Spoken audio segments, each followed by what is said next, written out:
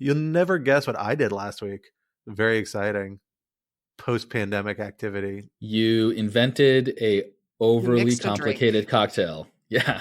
I probably did. Yeah, I had to think about that one a little bit more. Depends on your definition of overly complicated and maybe your definition of cocktail. But no, I went to a concert, like a live music concert. Good for you. With lots of people crammed into one room. Yeah, it was completely terrifying. It really feels like you're taking your life into your own hands. But how many minutes did it take for that to wear off? Because I also like went to a concert a few weeks ago. This was classical music, so it was less sort of sardine can packed, and it did take me like 10 minutes to relax, given the number of people were there. I will say it seemed like most people, we were up on the second floor of the 930 Club. If you guys have been there. I knew it was going to be the 930 Club. I knew it. Yeah. Well, it's really, it was walking distance to my house. I didn't know that because I moved into my house really shortly before the pandemic. So I never had an opportunity to walk there to go to anything, but it's very close, which is great. And we were up in like the second floor, and I've been going to 930 Club since I was there's more space 13 there. years You're old. right. There's way more space there, but I used to remember thinking when I was like a preteen, going to like pop punk shows, Newfound Glory, and whatnot, in mosh pits, looking up at like, elderly 30-year-old men up on that second balcony. I'm like, how lame. I'll never be that lame. And instead my wife and I are on the furthest possible level all the way up top so we can see, masks on, huddled away from the crowds, but trying to enjoy one of our favorite bands. I will say the last concert I saw pre-COVID was a Mitski concert at the 930 Club. And I remember it very distinctly because as I was walking in, someone standing in the line behind me said very loudly, "Every sad person in DC is here." That's not true because that's everyone in DC most of the time.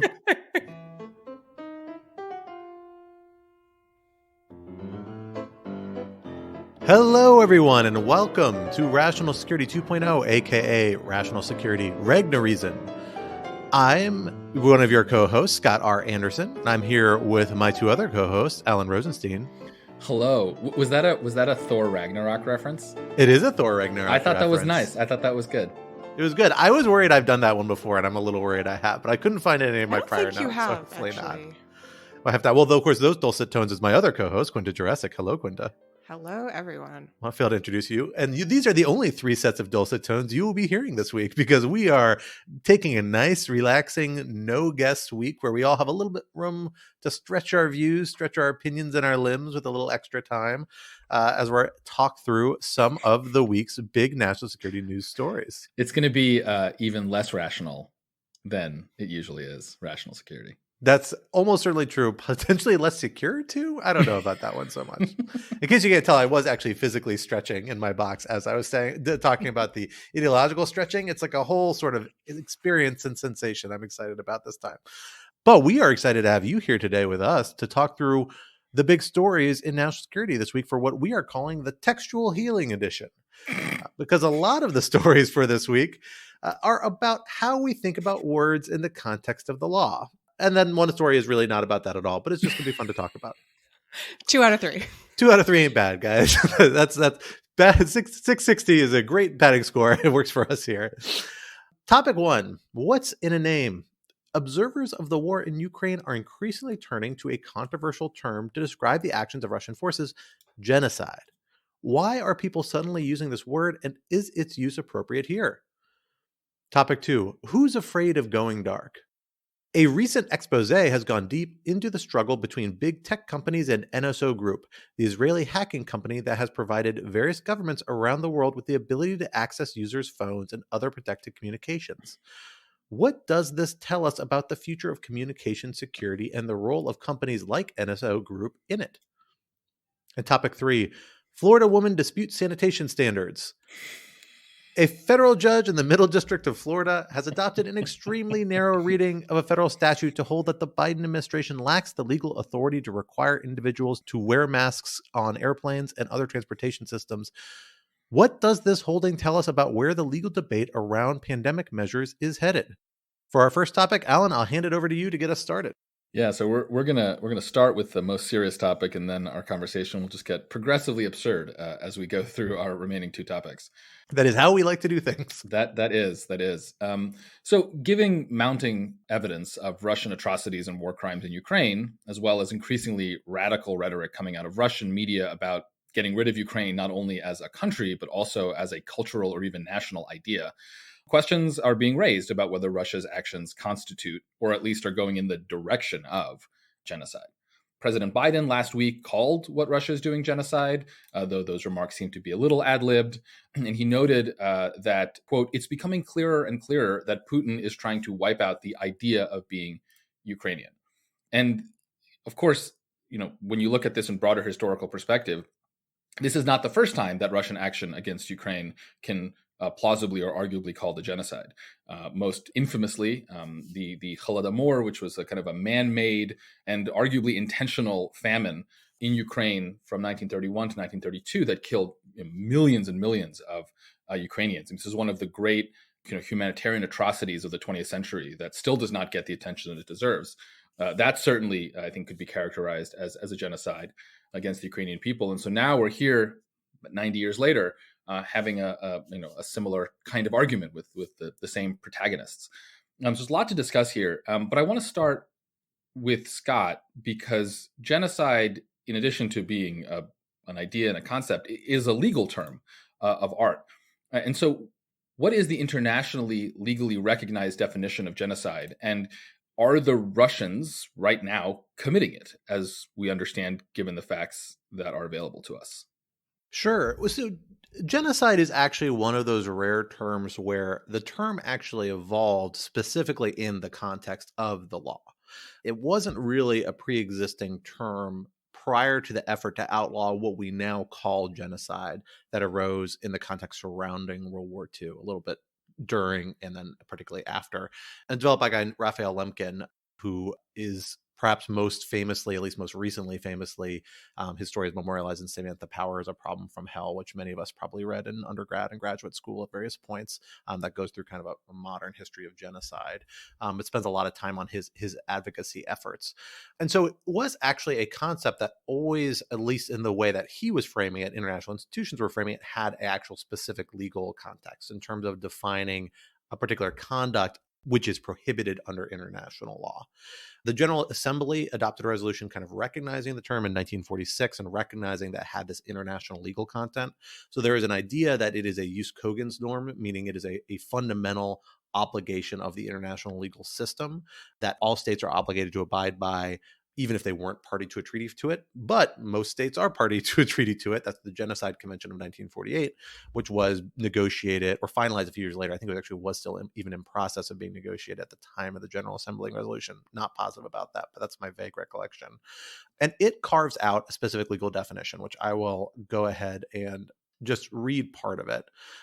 The convention, Article 2 of the convention, I should say, defines genocide to mean any of the following acts committed with intent to destroy in whole or in part a national, ethnical, racial, or religious group as such. And the acts it lists are killing members of the group, causing serious bodily or mentally harm to members of the group, deliberately inflicting on the group conditions of life calculated to bring about its physical destruction in whole or in part. That in part is very important, particularly in the current circumstances, imposing measures intended to prevent births within the group and forcibly transferring children of the group to another group. So I think it's kind of useful to think about this offense as having kind of three core elements that you have to show to hit the kind of legal standard. One is that there has to be a group of the type that's protected, a national group, ethnic group, or religious group. National group usually means a group with a particular type of national identity. It's a little bit of a term of art, international law. It's not just any members, people who tend to be members of a state. Instead, it's a community that defines itself by its national aspirations and claims. You then have to have genocidal acts, for lack of a better way to put it. Some of those offenses, which it's worth noting, overlap with a lot of very violent conduct that is also prohibited by international law as a war crime or as a crime against humanity. Two other categories of equally, at least within the eyes of the international law, prohibited and forbidden acts. But it's, again, these sorts of acts of violence, although not all of them are inherently violent, like relocating people is not necessarily inherently violent. Sterilization can also be a genocidal act in certain contexts. And then the third element, which is the trickiest one, is this intent. International tribunals who have applied this have generally really focused on the intent standard because it's often the hardest one to prove. And they have basically settled on the standard saying, well, because there is so much overlap between genocide and other international offenses, crimes against humanity, war crimes in many cases, the intent element is really what sets it apart. And, they've set actually a fairly high bar, a bar that's proven controversial in certain circles, that says essentially, look, you really need to show that intent is there, not only there, and it's kind of if you're insofar as you're inferring intent, because you almost always have to infer intent in any sort of criminal prosecution, domestic or international, it has to be a clear sign that this was the intent, almost to the point of it being the only possible explanation for what's happening. I don't think it goes quite that far, but close to it, to say that it has to be clear this is the policy driving and the purpose driving these sorts of actions. That's the latter point, is the point that I think is in question in Ukraine, and that we're going to see a lot of debate over in the coming weeks. I don't think anyone disputes that there is certainly a national Ukrainian identity. There's an ethnic Ukrainian identity and a national identity that overlap substantially, probably not entirely. One or both could be subject to genocidal acts and targeting, certainly meet that first requirement. Genocidal acts are absolutely happening in terms of the violent acts we see, also forced relocations happening in Ukraine. Any of these could satisfy that second element of a genocide offense, if you will. And the third question is just intent. Are we intentionally provoking, or as Russia, I say, intentionally pursuing a campaign intended to destroy in whole or in part one of those two communities, the ethnic or the national Ukrainian identity communities? And that's the trick here. We see a lot of actions happening on the parts of the ground of these genocidal actions, but I'm not sure yet there's enough evidence that it's happening at a systematic level that it's clearly a public policy of Russia. But we may need more evidence on that. Maybe there is evidence of that. I'm just not aware of it yet. We're still piecing together what happened in some of these territories. We see a lot of discussion of things that sound very genocidal happening more and more in Russian media. President Putin at various times said things that sound genocidal about purging the state of Nazis, about destroying the idea of any sort of Ukrainian identity. Some of those actions in and of themselves may be prohibited by the Genocide Convention, which prohibits not just the act of genocide, but also direct and public incitement to genocide. So those people might be guilty of that internationally wrongful act. But it doesn't mean it's inherent. It is actually collectively the act of genocide, which is separate, because you have to tie those actions to the acts of violence being committed, the genocidal acts. And that's the question, like how much is the actual policy driving these acts motivated by this desire to destroy this population? Most lawyers approach this very conservatively because they see it's a really high evidentiary bar. There's also concern about raising a lot of public expectations by calling something genocide and then seeing people acquitted of it in international tribunals or not charged with it in international tribunals. It brings the credibility of those tribunals and of international accountability processes into doubt, or at least there's concern it will. So people tend to approach genocide declarations pretty conservatively, even in the US government.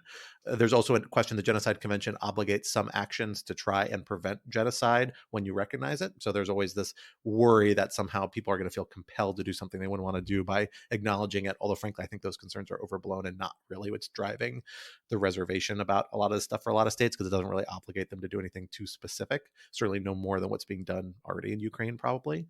The other element, though, on this flip side is that you have a lot of people who, think of genocide as more of a social phenomenon.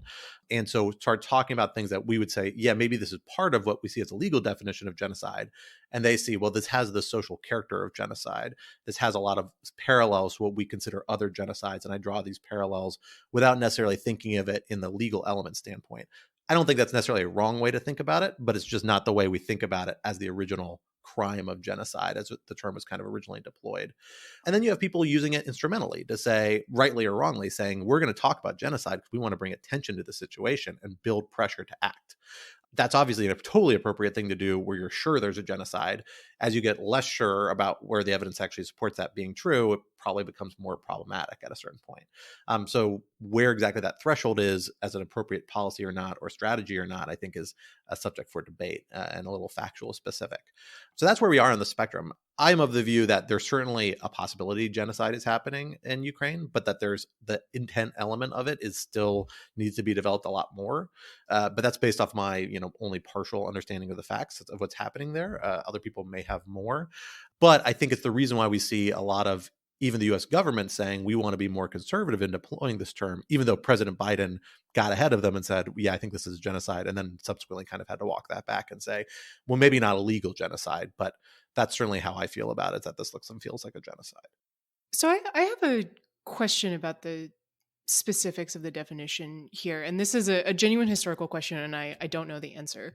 So Russia, if I understand correctly, seems to be saying Ukraine does not exist and the Ukrainian people do not exist. And that, as far as I can tell, is not because it's saying we want to get rid of the Ukrainian people. It's saying Ukraine is the same as Russia. There is actually no distinction between Ukrainian identity and Russian identity. We're the same, or that Ukrainian identity should be swallowed up within a broader Russian identity. When I think of recent examples of genocides, well, I guess all genocides are necessarily recent given the under the definition of the term, given how recently it was coined, it has to do with one group killing another group that is explicitly identified as separate, even if that group was not necessarily separate to begin with. That the defining the undesirability, the need to purge a foreign element, even though, Hutu and Tutsi identity in Rwanda, for example, were actually very recent and historically contingent. You could say the same for how Germany defined Jewish identity as something separate from German identity.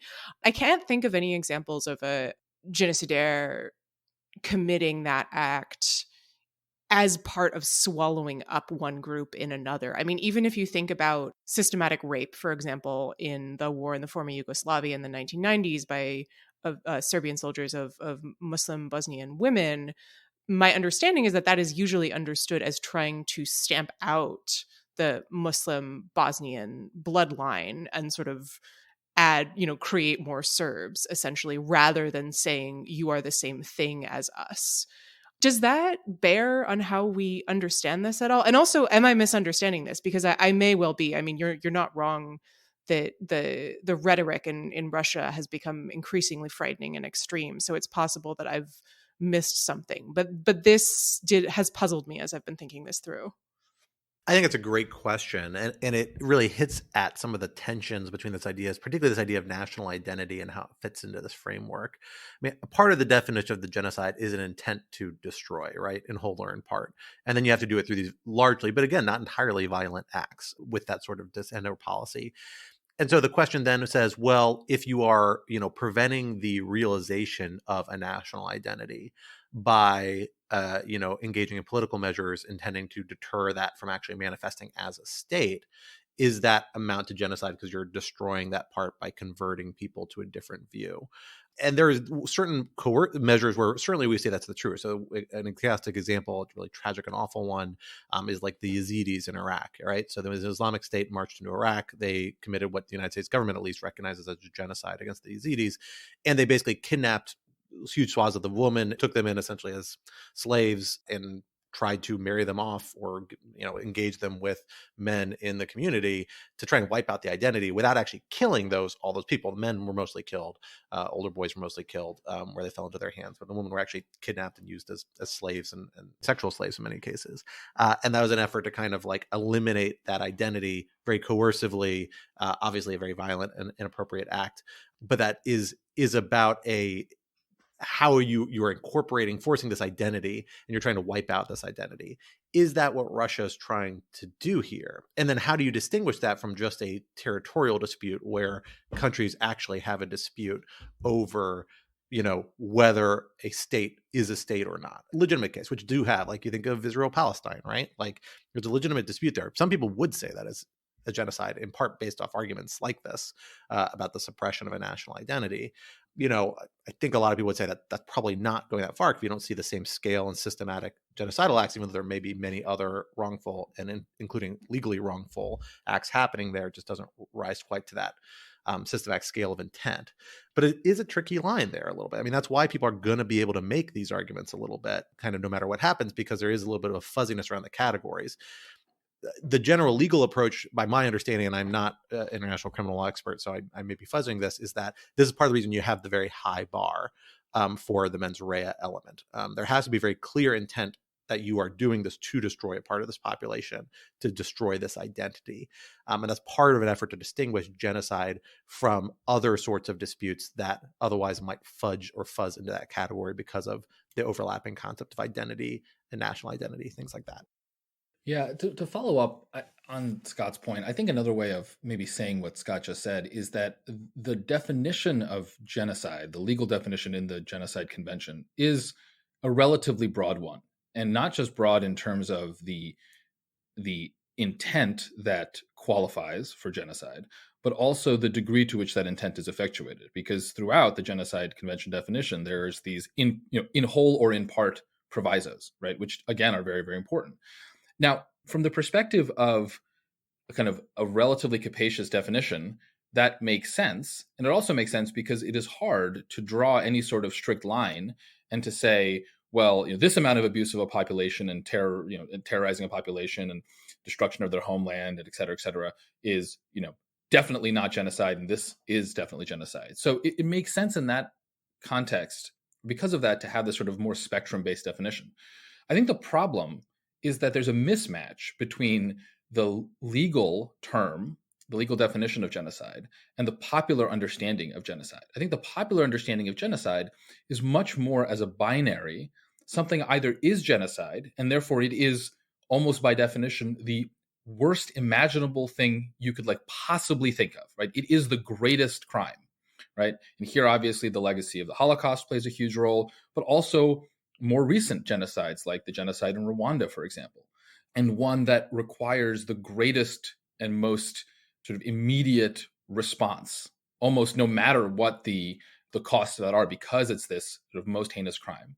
To me, the question is not, should we call this genocide or not? We can define terms however we want to. It's what are the practical consequences of defining this as genocide? And that's kind of where I want to take the conversation next. In a sense, whether to call a particular act genocide is kind of an act of almost think of as prosecutorial discretion on the part of the international community, right? And it raises questions like, well, what does calling something genocide mean for the possibility of a negotiated resolution to the conflict? What does calling something genocide mean if it's not going to be followed by any sort of action that seems commensurate with the grave offense of genocide? What does that mean to future situations where you have, perhaps an even stronger case for genocide, but the word has been used in enough cases that it no longer carries with it the reflexive, well, if it's genocide, we must act. So there really do seem to be these very important policy implications of calling something or not genocide. And that does fundamentally strike me as more relevant than a parsing of any particular definition. I take your point. At the same time, though, I wonder if we've kind of already crossed into a world where calling something genocide does not necessarily necessitate a policy response. Rwanda is the example of a genocide in which the international community kind of sat on its hands, right? And so I do wonder, once you have that, obviously the Yugoslavia example is a little more complicated. There are a lot of arguments right now about whether China's efforts to essentially destroy Uyghur identity in northwest China and Xinjiang constitutes a genocide. No one's taking action against that at the same level. So I do think that the word has a particularly freighted meaning, but maybe it's degraded to the point where it doesn't have that same weight. Yeah, no, I think you make a very fair point about Rwanda. I think Rwanda is somewhat distinguishable in the sense that I think looking back on it now, Rwanda is viewed generally as an example of where we did not intervene and we should have intervened, right? And there's an increasing consensus that that was a mistake.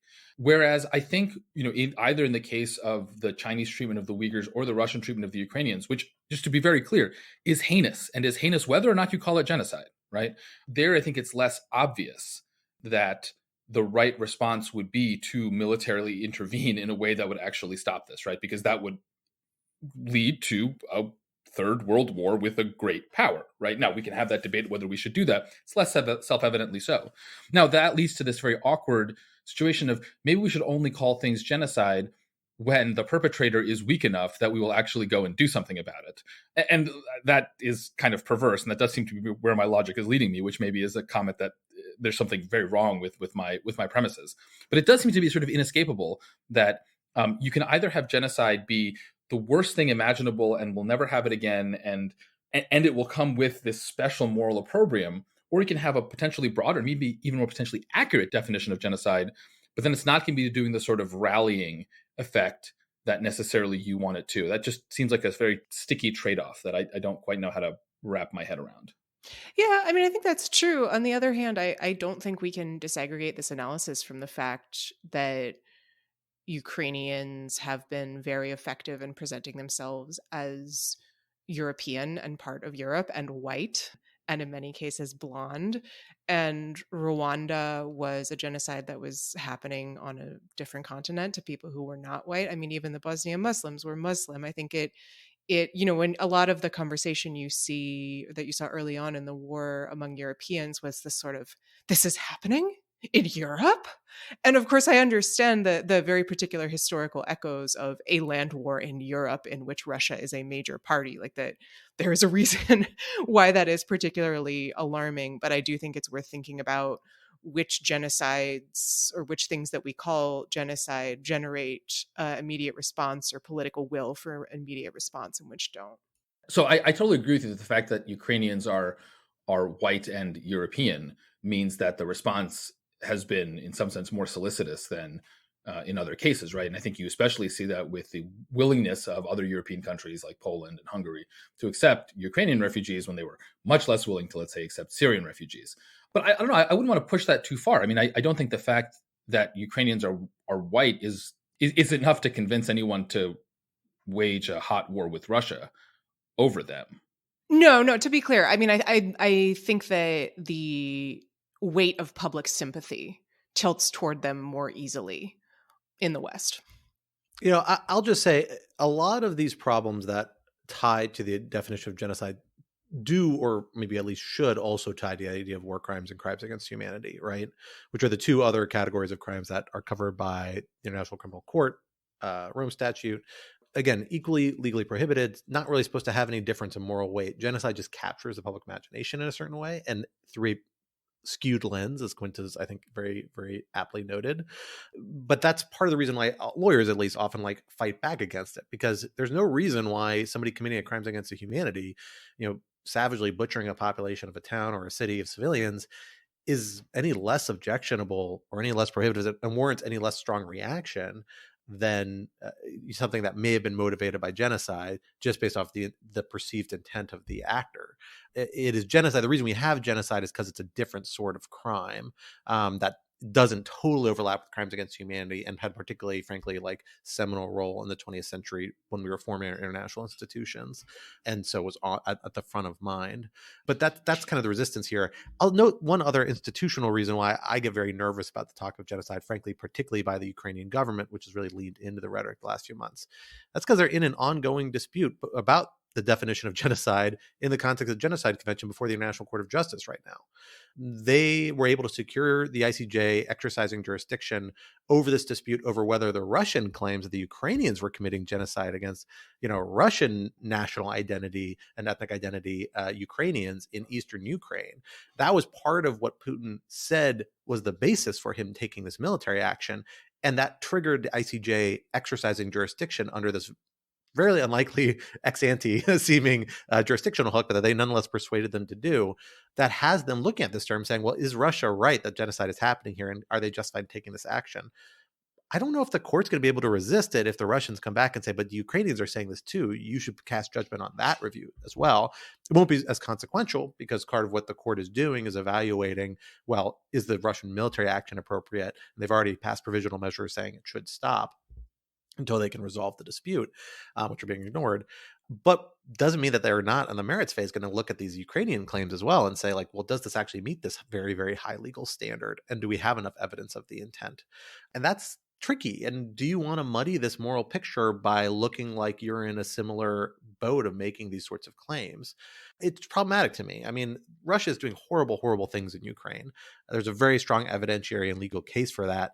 It's very clean, very straightforward. And the Ukrainians get a lot out of being on the right moral side of that equation as cleanly as possible. It's a big reason you have such strong unified support for them internationally, and I hesitate to muddy that picture. Then again, the ICJ proceedings are still a ways down the road before you get to any of that stage. So maybe it's a short-term, long-term trade-off calculus, I suspect, is how Ukrainians who are approaching this a little more instrumentally are thinking about it. Well, let's take this moment to transition from talking about one severe human rights violation, maybe arguably the most severe, among the most severe category, to another set of activities that we see that might be facilitating some human rights violations in different parts of the world. And that is this story that came out just yesterday in the New Yorker, written by Ronan Farrow, my law school classmate, who has gone on to do quite impressive things, putting the rest of us to shame. Yeah, your law school classmate who makes you feel bad about yourself every day. I have my own law school classmates like that, to be clear. I'm not just picking on you. Most of my law school classmates do, unfortunately, but that's okay. That's okay. Luckily, I have an inferiority complex, and I didn't even go to law school. Again, as mine is cheaper. Theme, our theme is back about going to law school. I like law school, for the record, kids out there listening, for whatever it matters. But well, that's a topic for another time. For this topic, in this story, Ronan got a first-person interview with the CEO of NSO Group, this fairly controversial Israeli firm, which has developed a software, the Pegasus software, among other software. This is just their most controversial one, that has played this central role in allowing many foreign governments access to the iPhones of political rivals, political dissidents, human rights activists, and many others. It is in part regulated by the Israeli state. That's a big defensive theme this company comes back to time and again, saying we kind of coordinate hand in glove with the Israeli government in terms of them licensing who we're allowed to export this technology to. It's very similar to U.S. licensing regimes in the United States and export controls around sensitive technologies here. At least it seems like that is from the description. But nonetheless, it's proven really controversial, including at the point now where it's being blacklisted by the United States, facing civil litigation here, potentially criminal litigation at some point, for their role in hacking into a bunch of these phones and engagement in different activities, some which are very nefarious, most famously perhaps the Jamal Khashoggi killing perpetrated by, as most suspect at this point, the Saudi government a few years ago. Alan, I want to start with you on this. So the story does this amazing job digging into this technical fight between these two sides, between big tech companies like Facebook and Apple and their teams of engineers, and the NSO Group engineers, where it's this constant cat and mouse game of them kind of chasing each other. But it spends less time on the legal dispute part of this, which is kind of more of interest to us, because NSO Group is being sued by both Apple and WhatsApp/Facebook, its parent company, or Meta now, I suppose. Can you tell us a little bit about what's the legal terrain this debate is happening on? How does it impact how these actors are engaging on this topic? Sure. Yeah. So I mean, it's a great piece. I highly recommend people read it. It's just excellent journalism and written in usual beautiful Ronan Farrow New Yorker style. And there are lots of pieces of it that are worth talking about.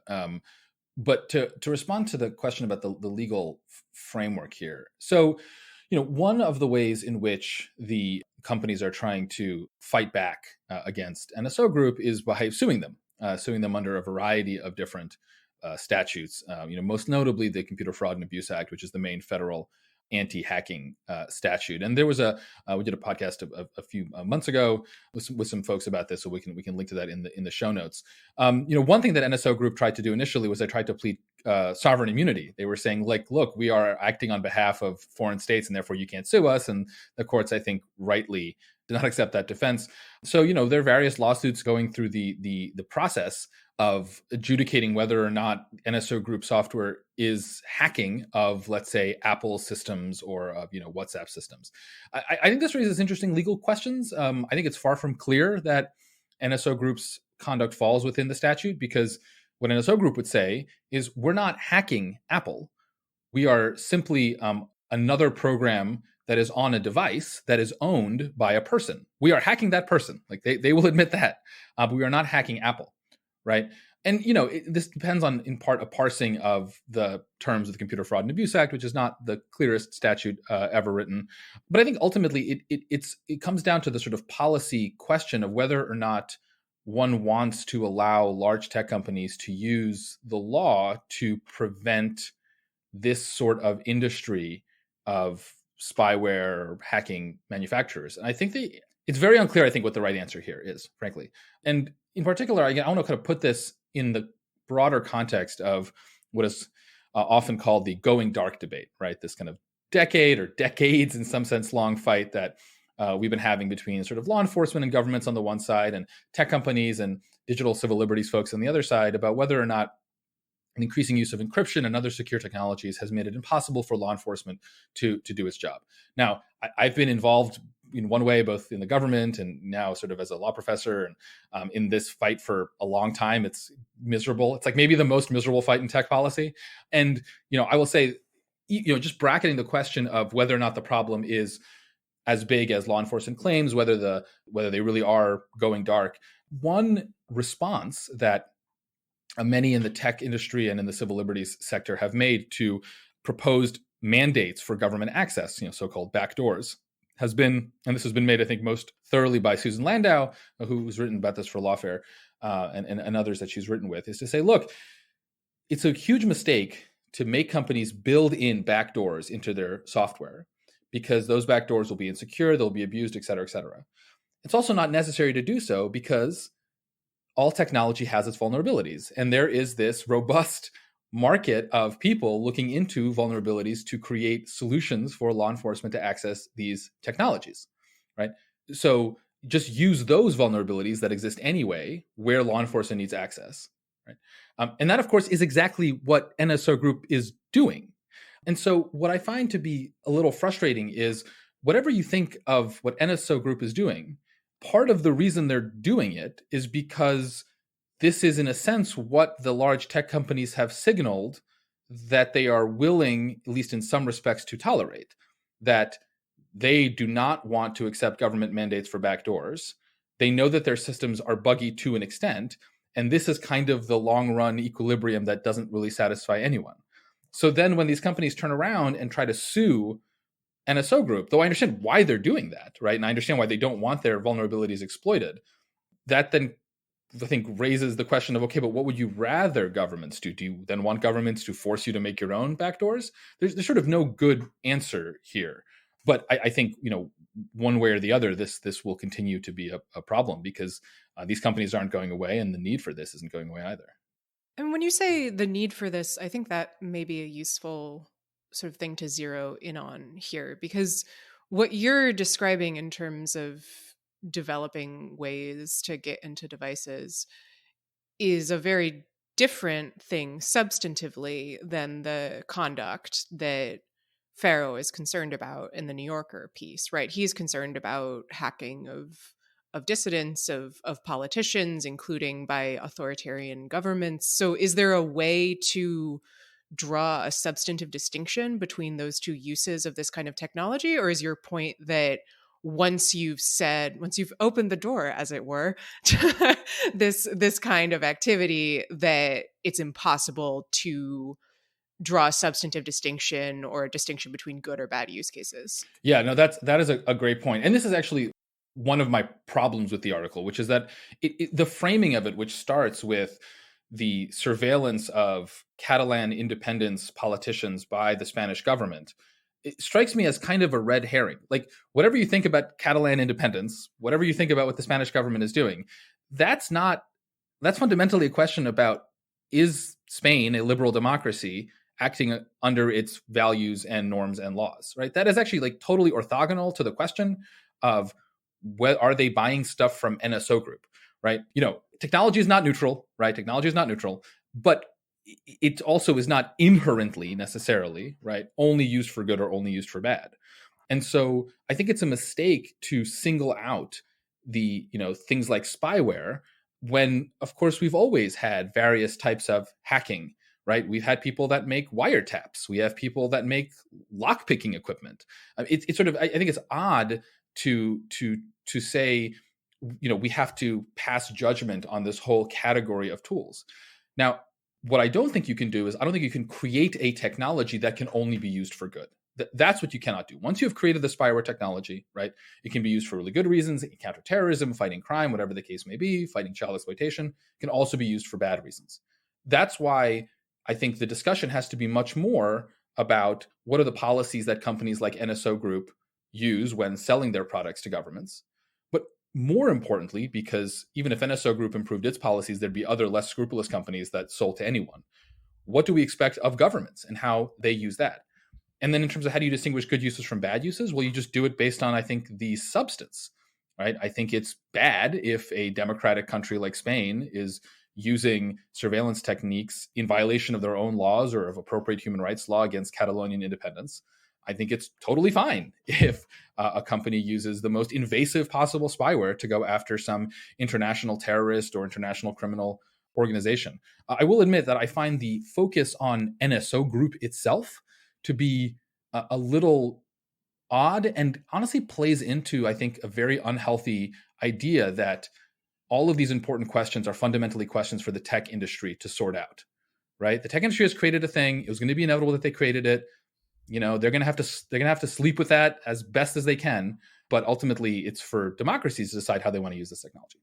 Yeah, I mean, I will say, without letting NSO Group off the hook for the many, many bad things that they've enabled, it is striking to me how quickly and dramatically public opinion has turned against them for something that they were doing, as I understand it, for like quite a while, before people got mad about it. I mean, there does seem to be this way in which they've become this particular lightning rod. Again, not saying that they shouldn't get criticism, because they should, but the single-minded focus on them does strike me as somewhat odd. Yeah, I think it's a fair criticism. It may have something to do with just the degree of scrutiny, the amount we know about what they're doing at this point and how they've gotten tangled up in these high-profile cases.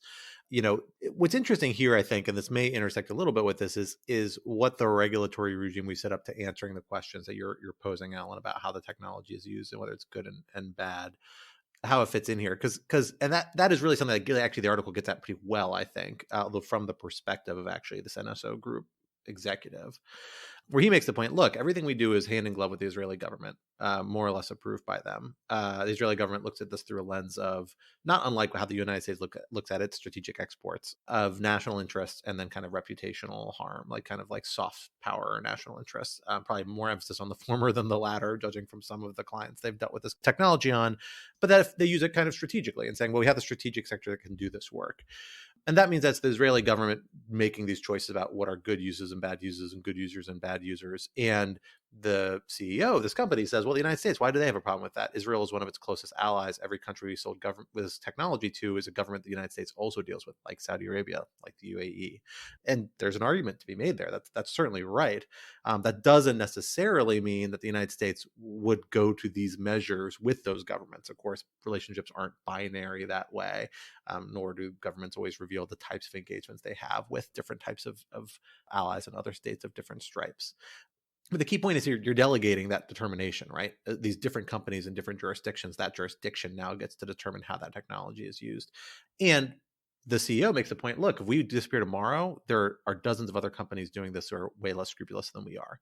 Particularly, he points to the Chinese government has lots of state-owned enterprises that are selling this technology all across Africa to all sorts of governments, and they're going to fill in this market gap. So isn't it better that we step into this market gap, are the ones providing this? And this kind of is where I keep coming back to this question, saying, well, how do we want to market this dynamics? And particularly, frankly, how do the big tech companies want to manage these dynamics? I keep coming back to the fact that at a certain point, the tech companies seem to be acting as if they think they can close this door permanently one day, or at least set up a process by which they can make these exploits less and less common and more of a minimal problem. But that hasn't really been true. Like going dark never really manifested because these things have been continually developed and it's this constant struggle. At a certain point, would the tech companies want to retain control by adopting their own backdoor to kill the market for all this competition to get these products by getting all the big spenders, meaning a lot of the sovereign governments who might want to do this at least for more acceptable purposes, to start steering business to them, and so they can control these avenues and maybe get some of those governments willing to crack down and tighten the legal regime that prevents these third-party actors from using their IP, which I know is part of their lawsuits around this about building out these exploits. And it kind of makes sense to me. And I'm curious as to that isn't a direction that we end up drifting here. These tech companies made a very big early buy-in saying security is going to be a big part of our marketing to our clients. We've already seen that come under assault for some compromises made in China and compromises made in other markets. Maybe some sort of voluntary backdoor is going to be something that tech companies find appealing if they really don't have any other way to regulate and limit the market for all these private companies developing this. I think the problem, though, Scott, is that the companies are themselves hemmed in and prevented from more aggressively exploring their own backdoors by both kind of internal company culture. There are plenty of kind of engineers at Apple and who just like revolt if that happened, and also kind of the broader intellectual digital civil society ecosystem. And I think a good example of this is actually a proposal that Apple made a few months ago. I don't remember exactly when this was now, but they were going to release client-based scanning of iPhone images to find child exploitation material.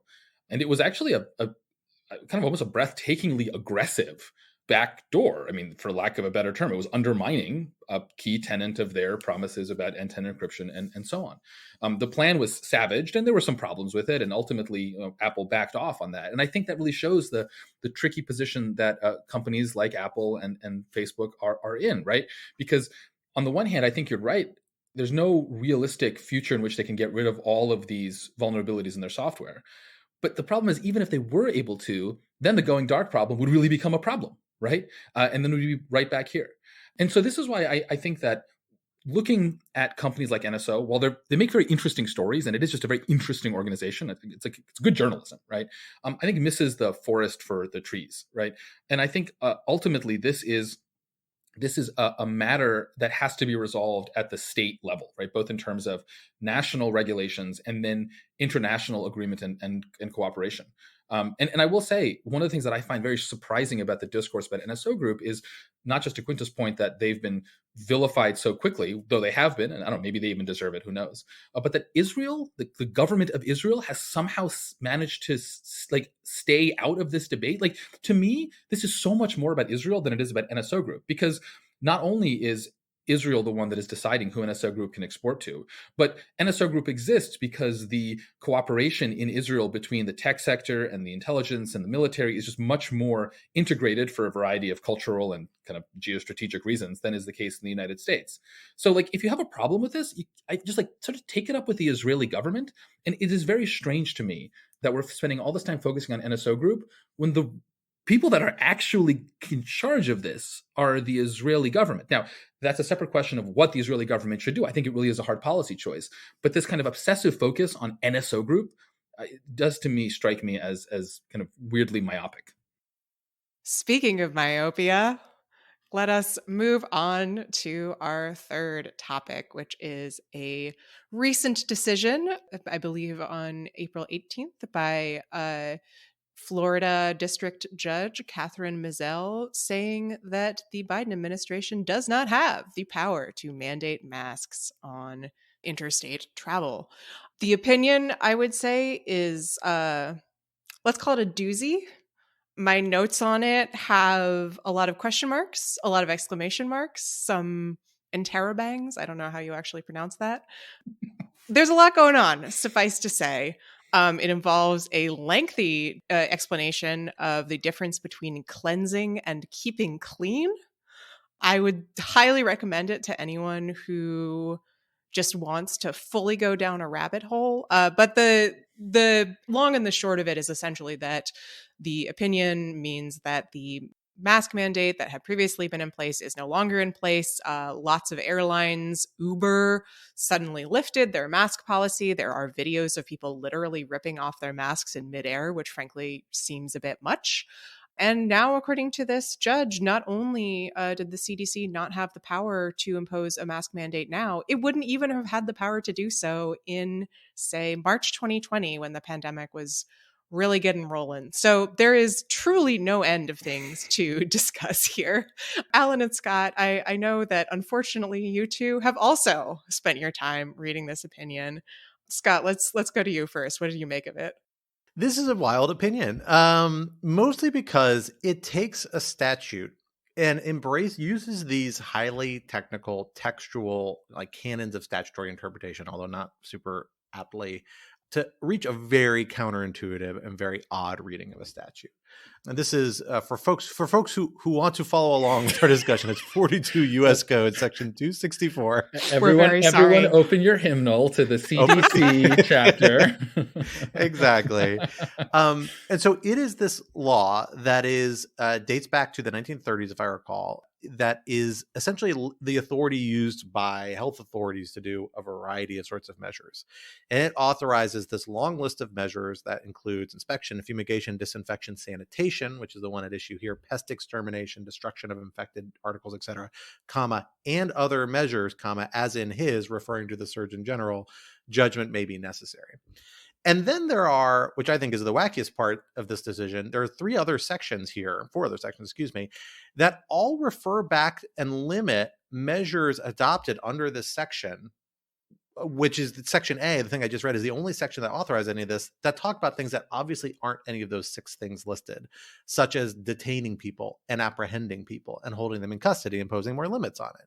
It's almost as if they suggested other measures meant other measures beyond the scope of these 6 things that were listed. But the judge rejects that. It says essentially, no, those other sections actually independently authorize the detention of people. Hint, they do not. They're referring back to the measures in Section A.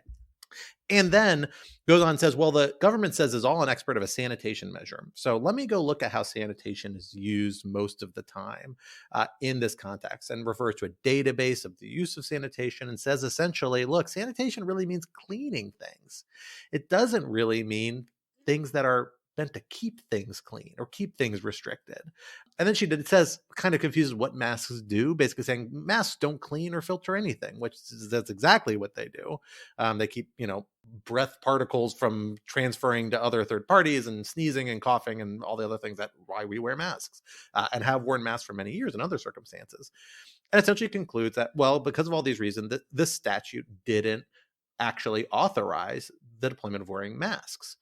She also invokes the major questions doctrine, this emerging Roberts Court era determination that essentially says, well, we don't defer to the federal government on the interpretation of statutes where we really think it's a big social question they're addressing. It's a very ill-defined and frankly, problematic, at least in terms of its lack of scoping, as evidenced here, because what is a major question? No one's offered a definition of this, and it basically provides a backdoor by which judges can just evade having to defer to the government, which is normally what you do when the government's interpreting a statute that's open-ended in its terms like this.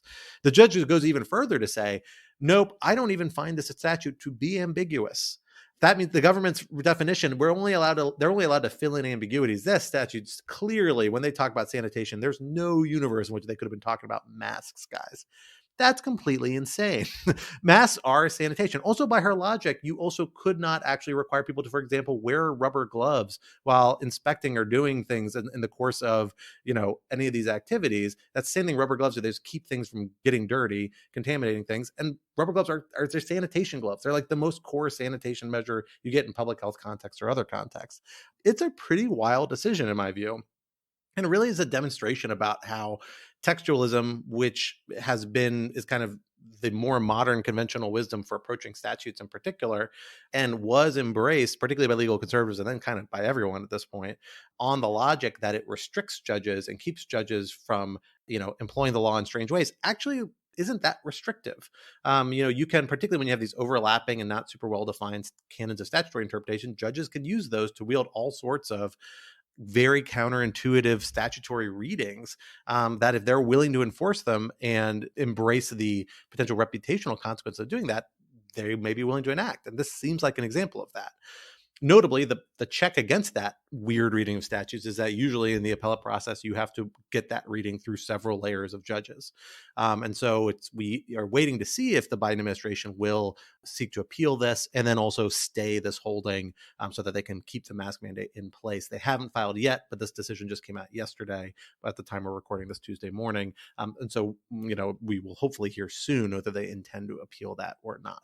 There are strategic reasons why they might want to. I've seen bandied about. I tend to think that this decision strikes so at the core of the federal government's public health authorities that they would feel, even if they might rather public conversation move away from the mask mandate, as very well may be the case, I suspect they're going to feel pressure to appeal this just because it if you take this logic seriously, I know this isn't a binding opinion, but it's hard that it's on the books. If you take this logic seriously, federal government really can't do a lot about public health situations, and we're going to keep encountering public health situations for the next several years as we continue to deal with variants of the pandemic. So I'm expecting an appeal, but I'm curious what you all think. Yeah, Scott, I think that's a great summary of the opinion. And I'm also expecting an appeal. And I think, like you, I think the government has to appeal this. And again, it's just important to underscore what a giant swing this opinion is. I mean, I teach, it's always dangerous to ask me to talk about opinions like this on a podcast, because I teach statutory interpretation and administrative law to law students. And so I could literally teach, I actually went and looked at my syllabus. I could literally teach the entire 25 lectures of my course, literally just on this opinion alone, right? It just hits every single beat so thoroughly. But how would you grade it is the question. Yeah. What I would say is, what's interesting, I think many interesting things about this opinion, but it kind of goes out of its way to be as broad as possible, because the front half of the opinion is all about the substantive power the CDC has. And that's the part that I think has shocked so many people. I'm on a bunch of admin law professor listservs, and people, I think it is not an exaggeration to say, are losing their goddamn minds about this opinion. The back half is actually about some interesting administrative law procedural questions about whether or not the CDC was allowed to dispense with the public notice and comment that it usually has to go through in this case, whether or not the CDC's decision was, quote, arbitrary and capricious in the types of exemptions it made.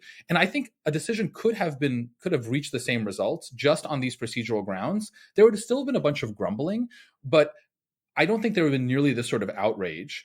And I think the government, had this been just a procedural decision, probably would have swallowed it, because frankly, the mask mandate was never that popular, and it was probably going to go away in a couple of weeks anyway. And I think even a lot of folks on the left think that a lot of this is increasingly COVID theater, et cetera, et cetera. But because the opinion is so broad on the front end about the CDC's substantive authority, I don't think the government has much of a choice, but we will see. To me, what I think is notable about this opinion is, it is a perfect encapsulation, I think, of two decades-long shifts in the conservative legal movement as it comes to statute interpretation and administrative law. The first is, what Scott calls textualism, but it's an odd sort of textualism because it's a sort of textualism that tortures individual words. It's sort of textualism. I like to joke with my students that, like, it's why people hate lawyers. It's like exactly the 4 pages on what sanitation means that just makes everyone hate lawyers. And that part of the opinion, I think, is just frustrating to read.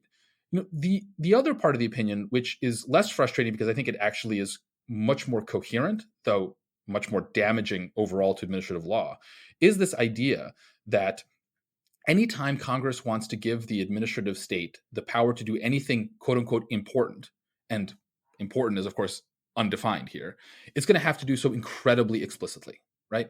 Now, unlike the sort of word torturing textualism that just does not make sense, I think, this is actually a substantive position, which is related to things like the non-delegation doctrine and all sorts of conservative views on the separation of powers that makes sense. It is at least conceptually coherent, right? And it is unsurprising that, especially, I think, as our legal culture, like all other cultures in America, become polarized, the Republican Party on its side is picking judges who have a particular commitment to this view. Now, substantively, I am very much against this view because I think that would undermine the kind of New Deal settlement that we've been living under for the last, 80 years, and would largely cripple the administrative state. And rather than bringing power back to the quote unquote, the people, just gives power to judges who are even less democratically accountable than the people are. But at least I understand in principle how one could think this.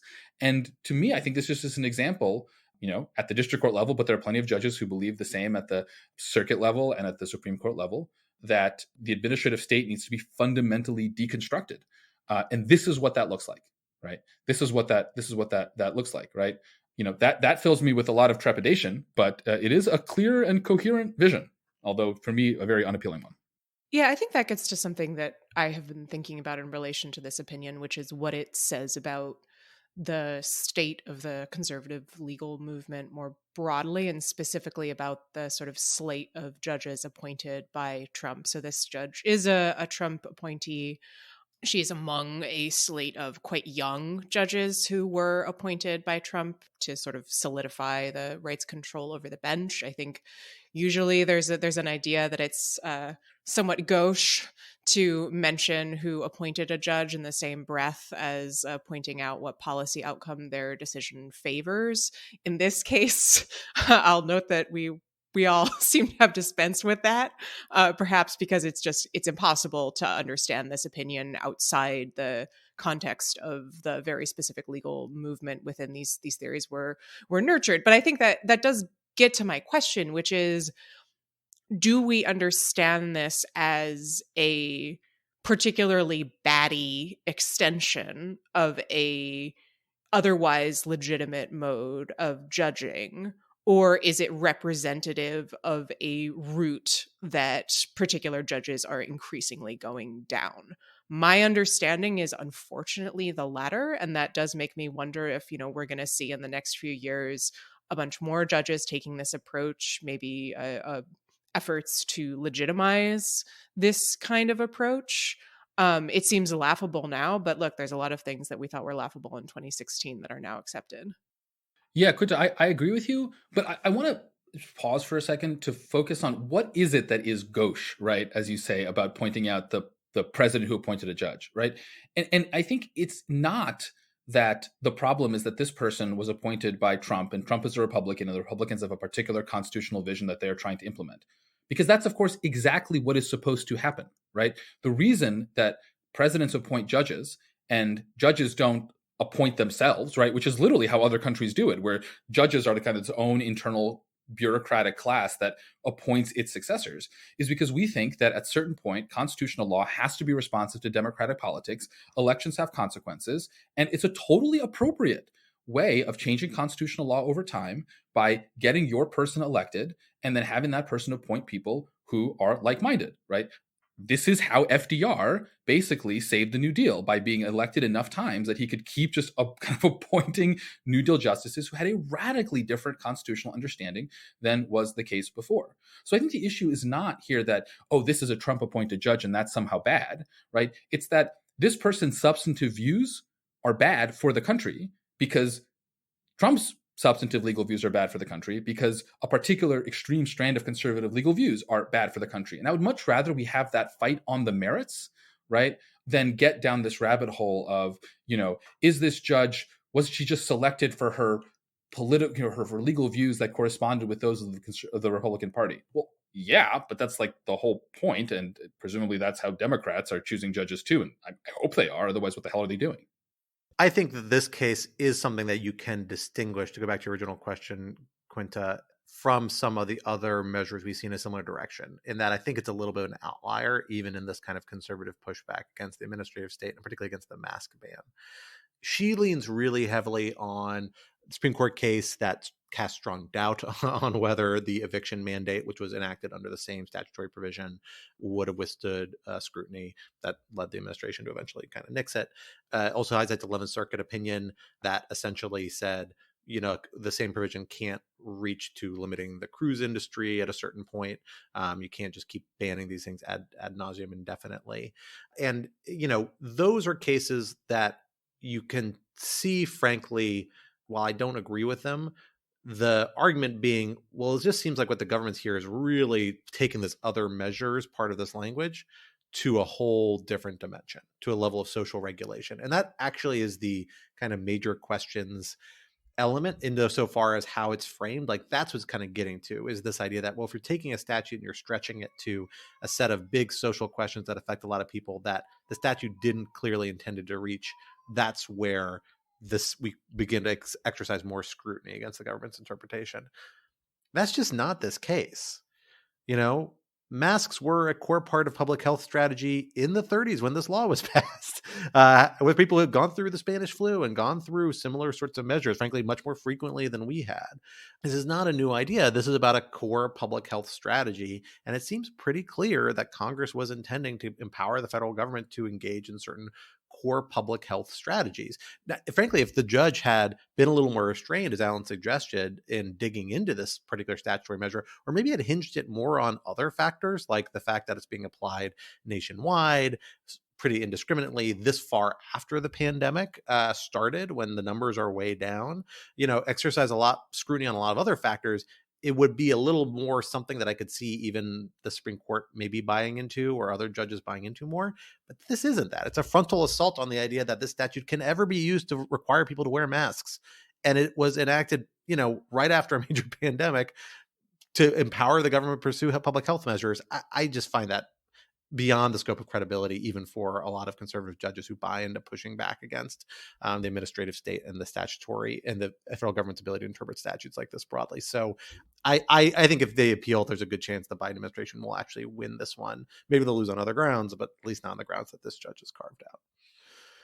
Well, for better or for worse, that brings us to the end of this week's episode. But this would not be Rational Security if we did not leave you with some object lessons to think about over the course of the week. Alan, let me hand it over to you to get us started with our first object lesson. So my object lesson is an excellent new TV show that my wife Hannah and I are enjoying. It's called Beforeigners, like before and foreigners, Beforeigners. It's a Norwegian television show. It's kind of a Norwegian. Apparently HBO has a Norwegian offshoot, and so they've made this great television show. And the premise is that in around the world, people are appearing just kind of like suddenly from before times. There are people from the 19th century that are appearing. There are people from like the Vikings era that are appearing. There are people from the Stone Age that are appearing, and they're just appearing, and they have to be integrated into modern society. And this is happening all over the world, but specifically in Norway, where the story is set. And that's the kind of sci-fi premise. But the show is actually a kind of buddy cop procedural, where you have this kind of grizzled contemporary cop and his new partner, who used to be a Viking warrioress, who has been transported to modern day Oslo. And yeah, the premise is absurd, right? Like all sci-fi premises are totally absurd, but it totally works. It's incredibly fascinating. And the nice thing about it is that like it's the best sci-fi in that it actually treats the world building seriously and really thinks about what would actually happen if, for example, Vikings who only speak Old Norse were to suddenly appear in 2020 Oslo, and like how would you integrate them? It's obviously a commentary on immigration in a certain way, right? But it's a great show. It's like super interesting.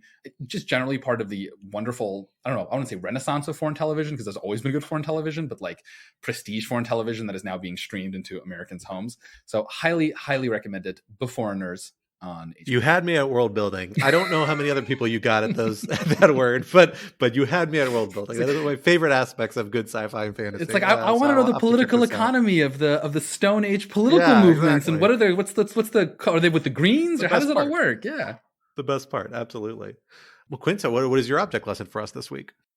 That sounds delightful. Mine is somewhat grimmer. It is a excellent little piece by G. Eliot Morris, who writes about polling and politics for The Economist, and has a very good Substack that I would recommend to everyone, called Democracy by the Numbers. He wrote a piece on April 17th, this past weekend, called "Can Democrats Avoid a Looming Electoral Disaster?" The answer is probably not. No, they case cannot. You were wondering. But I do think that, look, there's a lot of moaning and groaning about how terribly the American political system is set up, how badly the Democrats are positioned for the coming midterms and the presidential election. And I appreciated how careful Morris is in going through and looking at these different structural factors and asking, okay, so what is it that we would need to do in order to dig out of this hole? And his answers are unfortunately pretty pie in the sky, which, to be fair, he acknowledges. But I think his Substack has been consistently extremely good, and this piece was very thought-provoking and provoked a lot of discussion online, so I would recommend it. Quinta, your assignment for next week is to bring a happy object lesson. I have brought happy object lessons. I brought Turning Red. I brought Our Flag Means Death. Those are happy. They're fun. Our Flag Means Death doesn't sound happy, but I did start it this weekend, and it is happy. It is enjoyable. It is happy. It's happy. It's wacky. I hear it gets happier, which I'm excited about. It's definitely wacky. It gets happier, and then it gets really sad. Sorry. All right. Well, I hear it's renewed for a second season, so at least I know it's not the end of the story. Well, I will one day bring in an object lesson that relates somehow to our work or something intellectual. But most of the things I read, I think, are just too boring to share as object lessons. I am reading right now Hirsch Lauterbach's 1948 Treatise on Recognition and International Law. I wouldn't recommend it to anyone. I enjoy it, but nobody else will. So why would I recommend it? So instead, I'm going to go to my usual pop culture recommendations for my object lesson. I mentioned earlier in the episode that I went to a concert last week for the band Spoon, which is amazing. One of my favorite bands in the world. One of the best live shows I've ever seen. I've seen them 5 or 6 times now. They're phenomenal. I highly recommend it, but they had I don't need to recommend Spoon. They're a big deal already. Who I will recommend was their opener, a wonderful artist named Margaret Gillaspie, who I've actually seen her name float around because she has opened for some big deal people. She opened for who was it? Nico Case and Kim Dawson, I think did a tour a couple years ago. She opened for. I've seen her opening for other people. Kimmy Dawson, I guess. I've seen her name floating around. I've never actually sat down and listened to her music. It's fantastic. She's got a very, very rocky singer-songwriter sort of vibe, but deep kind of blues Southern voice, cool rock riffs, really interesting stuff. She also has a delightfully awkward on stage kind of dancing and presence, which I find very endearing for a rock show always. And it was just delightful. So I'm going to endorse you all checking out Margaret Gillaspie. Check it out on YouTube. I don't believe she's on Spotify, actually. On YouTube, I ended up buying some of her vinyl, Emotions and Math. I think her not her most recent album, but the one before that is the one I got that I quite like. So worth checking out and throwing some support to up-and-coming artists now that we're able to get to live concerts again and begin to discover them all anew, which I'm very excited about. Well, that brings us to the end of this week's episode. Rational Security 2.0 is, like its forebearer, a production of Lawfare. Be sure to follow us on Twitter at RETL Security, and be sure to leave a rating or review wherever you might be listening. We are not joking. Please leave us a rating or review. A good one. Not a bad one. A good one. Say things nice. We need the encouragement.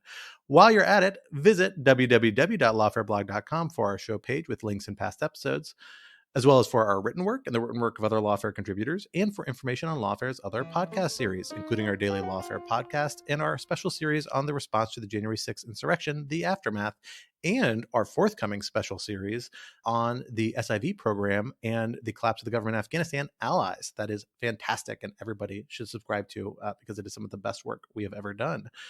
And be sure to sign up to become a material supporter of Lawfare on Patreon for an ad-free version of this podcast and other special benefits. Our audio engineer and producer this week was Kara Schillen of Code Rodeo, and our music, as always, was performed by Sophia Yan. We are once again edited by the wonderful Jen Patcha Howell. On behalf of my co-hosts Ellen and Quinta, I am Scott R. Anderson, and we will talk to you next week. Until then, goodbye.